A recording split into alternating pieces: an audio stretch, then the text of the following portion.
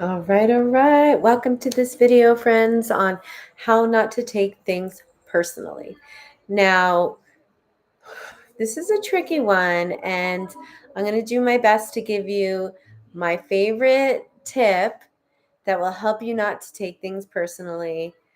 But know that learning how to not take things personally is a muscle that, when flexed, can make you stronger. So it takes time. So, first of all, be patient. First step you made in checking out this video and realizing that you do take things personally. And when we take things personally, we are unable to keep our energy clear, and we are unable sometimes to even hold space for others in their process. So it's important to learn to not take things personally so you can keep yourself happy, your vibe high, yourself clear, but also to be able to be present for others that are going through difficult things in a way that keeps you from absorbing their energy. Now, if you're an empath, like many people that are interested in my work or that follow what I do or that know me are that I know are empaths, and empaths particularly are those who absorb energy because somehow, somewhere along the way, you have been taught and you have learned that you are you are the scapegoat, or that you are the cause of the problems around you. This is usually a subconscious thought, and those on the spiritual journey start to realize that what we think creates our reality.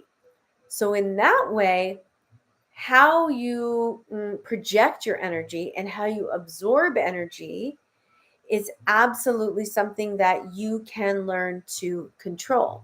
And when you learn to control how you're directing your energy, you will absolutely not be taking so many things personally. The first thing is to control your energy to stay in your own body so that you are no longer the one who has to absorb everything around you or even fix everything around you, right? So when we take things personally, we don't necessarily honor our own boundaries. When you are taking things personally, you may not actually be realizing that somebody else and how they are being is what you feel. When you're taking things personally, you think that it is your job to work through whatever it is that you're experiencing. And you will get mad and you will get angry. Now, if you are not acknowledging your needs and working with your own energy body, I invite you to absolutely learn how to do that through meditation, through any of my online courses. Through these days, there's meditation apps everywhere. Learn how to control your breath, because a quiet breath is a quiet mind, and a controlled breath is a controlled mind. One of the things that happens with empaths in taking on so much energy and feeling like if something goes wrong that everything is always your fault, or that someone else's problem is about you, is that you're not in control of your own mind.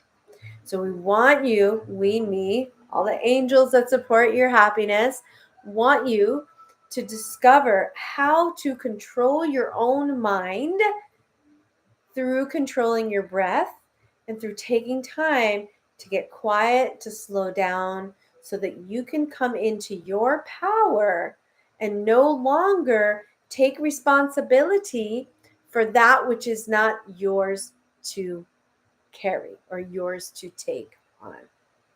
So learn to meditate and learn how to know what your energy feels like by creating space in your mind and in your breath to slow down, to even ask yourself what is true for you. When you are in control of how you breathe, that and you are noticing how you think, what you feel and what you need.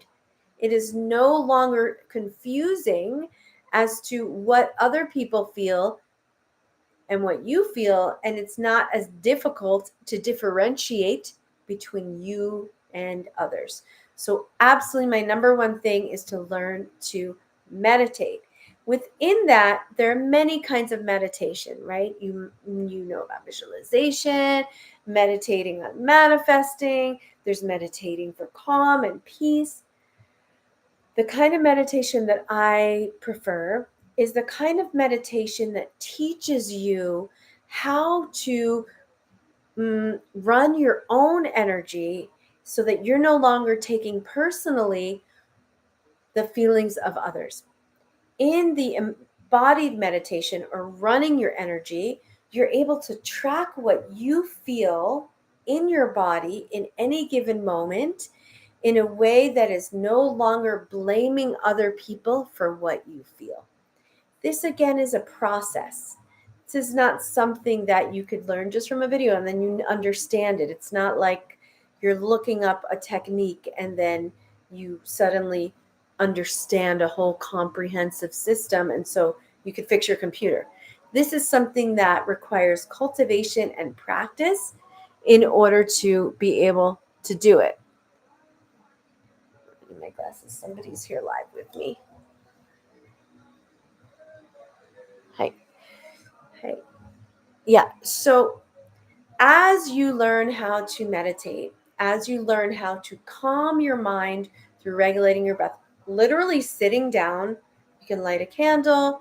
I have on my altar, I offer a candle, flowers, things that are sacred. I offer however you connect with the spiritual world, whatever religion you are, even if you're not religious, light a candle to the universe. You can invoke your beloved ancestors. You can connect to anything that you feel is sacred and learn how to slow down your breathing.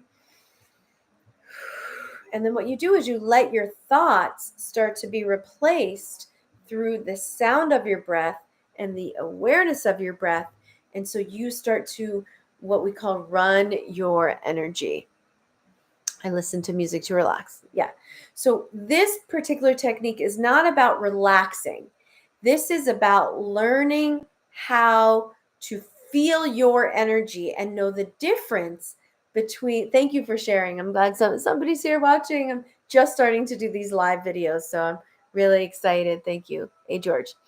But really, this power to control your mind and to be present helps you to know what you feel. Because when you know what you feel, you could start to differentiate the difference between what you feel and what someone else feels. For example, someone in your family gets mad at you for not being there for them at when they need it.